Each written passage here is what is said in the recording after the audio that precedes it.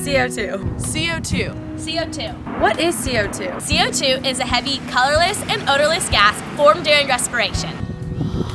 It's absorbed by plants in photosynthesis, meaning our Earth needs CO2. Sounds good, right? Wrong. Our Earth has too much CO2, and too much CO2 can be a problem. Too much CO2 in the atmosphere can destroy our protective ozone layer, allowing too much sun to reach the surface of the Earth. It raises the Earth's temperature, and we all suffer. So how is excess CO2 produced? Well, a lot of things cause CO2. But the main perpetrators Are these? Cars take us everywhere. To school? to work, To the grocery store. they've become the world's greatest convenience. And that's good. With some guidelines. CHS can cut out a ton of CO2 emissions just by taking a couple of steps.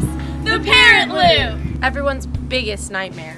But besides the ridiculous lines, parent loops destroy the ozone layer. And trust us, we'd know. Beginning in April, we began an extensive study of CO2 emissions in our very own parent loop. We visited 3 elementary schools, all 3 middle schools, the high school, and New Tech. We timed how long it took a single motor vehicle to travel through the parent loop. We then figured out how many pounds of CO2 emission was released. Our results were shocking. For just a single travel through the line, 1 car emits 2.7 pounds of CO2. Now multiply that by 2 if you drop off and pick up.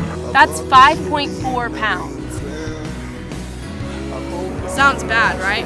Right. But we can help. We can stop our drastic release of emissions. Here's how. Number 1, and the greatest defense to the problem, turn off your car. Turning off your car instead of stalling while you wait would cut your emissions in half at least. For every minute stalling, you release the same amount of CO2 as driving 2 miles. So what can you do? Turn off your car while waiting for school to get out. Carpool! Or walk to school. And this could be campus-wide too. At the elementary level, you could create a contest that challenges its students in every class, grades 1 through 5, to switch up the way they travel to school. Whether it's walking, biking, or carpooling, each student will report to their teacher of how they got to school for a week. The class with the most students decreasing CO2 emissions wins.